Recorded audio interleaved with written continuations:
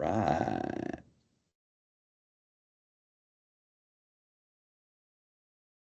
Recording and transcription started automatically. There you go.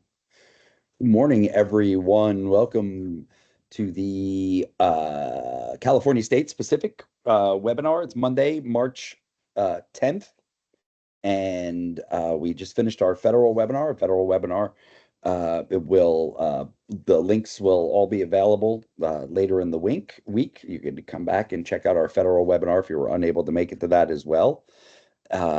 Just a few things that we touched on in the federal webinar were mainly in regards to our inspections. There's a lot of inspections going on right now. ATF seems to be hot to trot for as far as inspections go, especially if you're located close to one of their branch or field offices. They seem to be jumping on you. Also, the recall inspections, if you had a warning conference or a revocation hearing last year, they are definitely on top of their recall inspections and coming back out to check up on you. California specifically, there's been, I could think of more than a handful of inspections over the past since the beginning of the year. And they seem to be dragging on and dragging on and dragging on. One of our FFLs out in California mentioned in the chat during the federal webinar that their inspection took 6 weeks.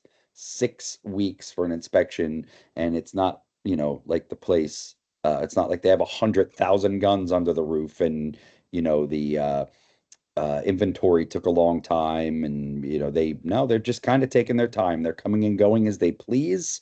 They're working as little or as long as they want. And then they'll leave, and maybe they'll come back tomorrow, maybe they'll come back in 2 days, maybe they'll come back at the end of the week or the next week, who knows. So these are things we have been taking note of, and we do have on Mike Bouchard's list to speak to ATF about.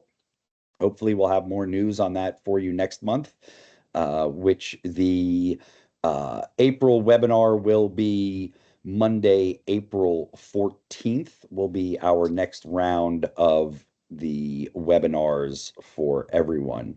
So with that, I'm just going to go around the gamut real quick here before we get to Matt out in California.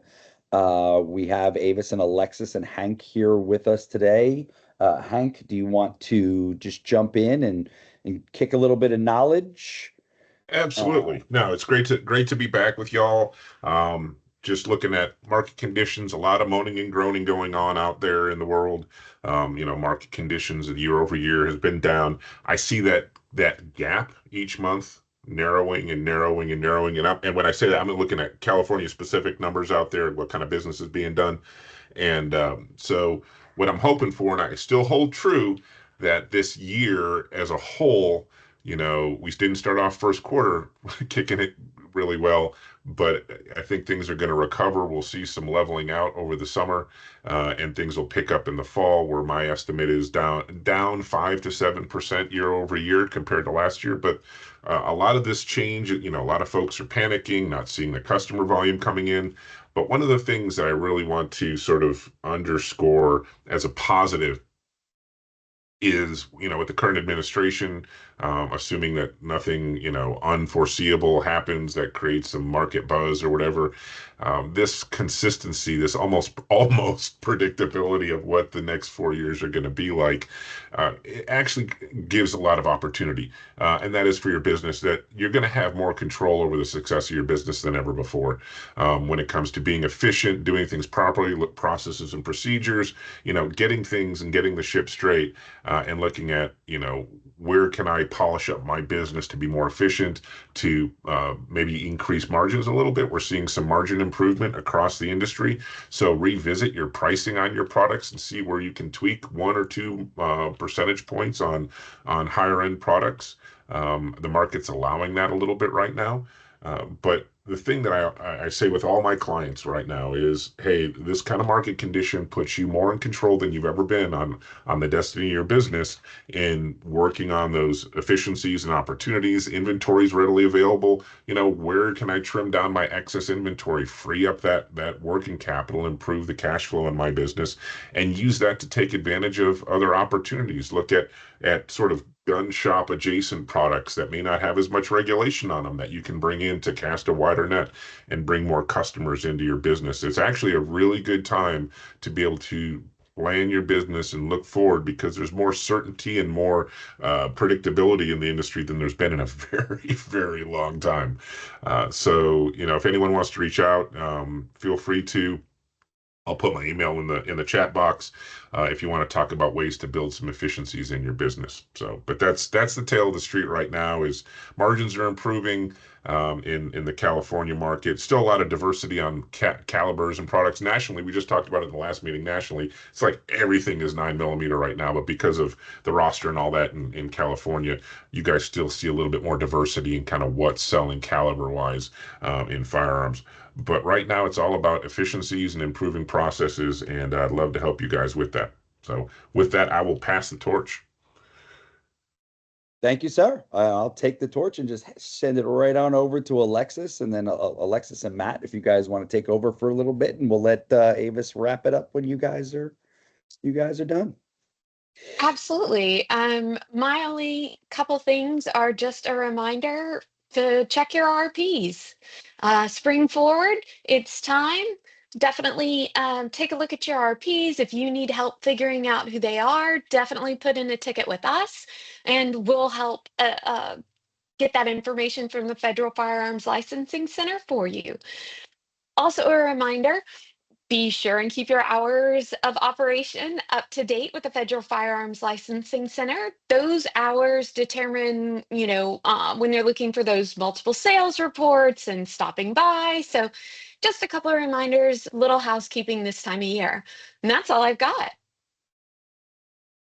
Well, then, Matt, without further ado, yeah. let's pass it on over to the California boy himself, Matt Cubiero. All right, so I'm going to keep it quick, just because the one obviously major change that we've seen is with the first of the month, there was an update to DES, and so all of you California dealers now have processed a transaction by then, most likely, and have seen that as part of the DROS form, there is a new question attached to the DROS form, and the question reads something along the lines of, has the customer verified that they are currently in possession of all of their firearms within the past 30 days? And it tells you to either answer yes or no to that question, or in the case of a customer that doesn't own any firearms, put not applicable. I've done a video on this with the CRPA that'll get forwarded through you guys through FFLGuard. But basically, the interesting thing about this question is that regardless of how the customer answers, there is nothing in the statute or penal code or regulations that says that a specific answer will result in a denial or have any impact, for that matter, on the customer's DROS. And so when this was launched on the first of the month here, there actually was no specific guidance from the California Department of Justice, nor did they post that anything about this in their summary of the new laws for 2025 that they released just a few weeks prior. And so, interestingly enough, the question nevertheless still went live, but without sort of any input from DOJ. And so we have now gotten it on relatively good authority. I've heard from at least one major FFL that the DOJ has told the FFL that it will not impact a customer's DROS. So they have confirmed, it seems, that regardless of how a customer answers this question, as part of the DROS questions, it should not impact their ability to purchase a firearm through the DROS. And that makes a lot of sense for a number of reasons, not only because it would only really impact those customers that already have firearms, but also, as I was saying earlier, there is nothing in the statutes that suggests that answering a specific fashion or manner to that question would cause any prohibitions. So for the most part, you can let customers know that. If you guys have been running into issues with that for any reason, by all means, please reach out and let us know. But from what it looks like, that's just going to be another bureaucratic hoop that people are going to have to jump through as far as when purchasing a firearm and just answering another question that really, in fact, has no meaning or basis whatsoever as far as how it would impact the transaction. Outside of that, we've seen a number of firearms are obviously still getting added to the roster, which is great, including some interesting ones like the BioFire, which is probably the first smart gun that I've seen that's getting added to the roster. Interestingly enough, that particular gun is also its own firearm safety device, given the mechanisms of the gun itself. So we're starting to see, of course, more firearms added pursuant to Boland as a result of that ruling.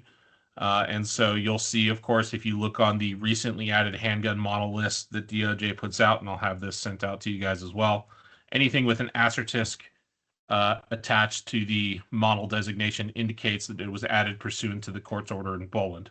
So that case is still proceeding, of course, and waiting to see how that plays out ultimately. But as it stands, that seems to be going forward.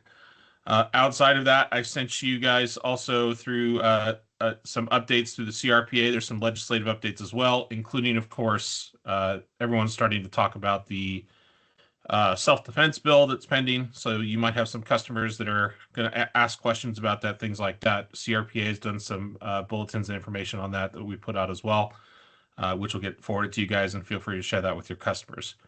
But outside of that, that's all I have for today. Sounds good.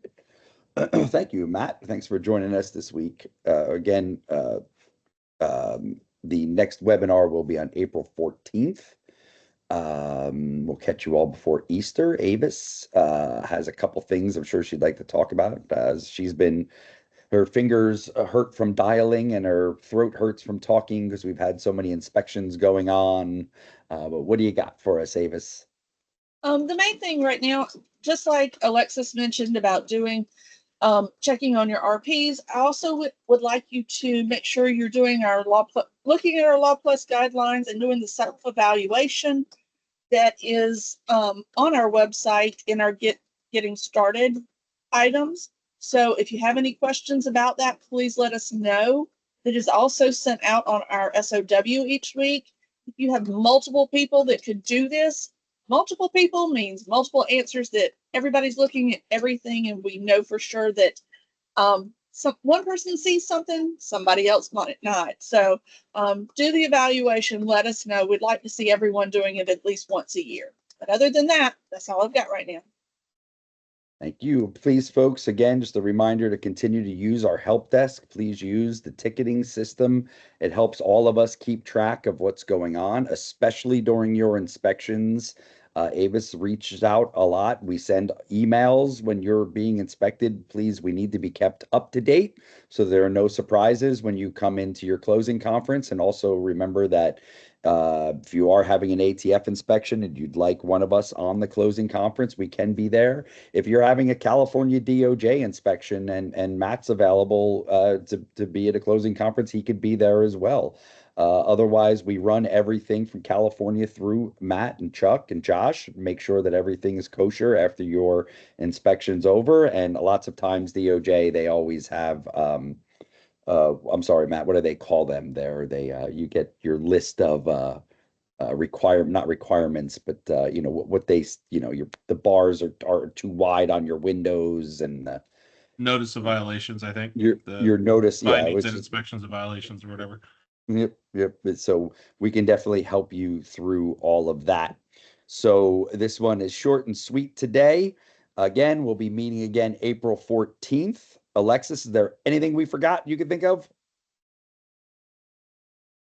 You're on mute. You forgot to take yourself off of mute.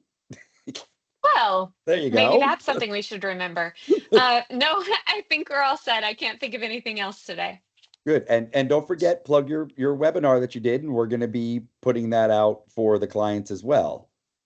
That's right. If you weren't able to attend our FFL Software Exposed, where we went through the myths, the realities, and the legal liabilities for the software you're using in your business, as well as best practices to understand your risk and select software.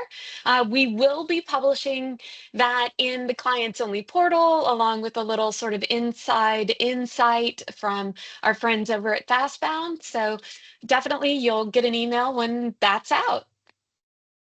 And we have links for all of our webinars. If you've missed anything, you could always look back in your emails or ask us if you missed a link for a specific webinar that you'd like to go back and watch. So other than that, we hope you all have a great week, a great month, all that good stuff. And we will see you again on Monday, April 14th. Bye, guys.